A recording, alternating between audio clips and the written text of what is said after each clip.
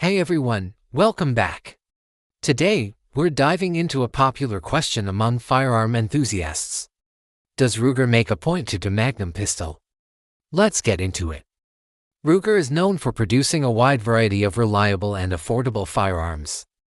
From revolvers to semi-autos, their lineup covers a lot of ground.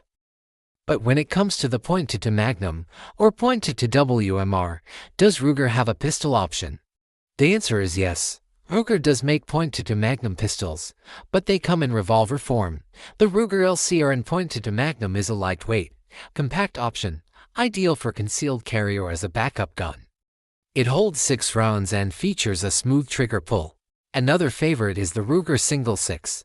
This classic single-action revolver is chambered in .22 WMR and is perfect for target shooting or small game hunting. Some models even come with an extra cylinder for .22 OR, giving you 2 calibers in one gun.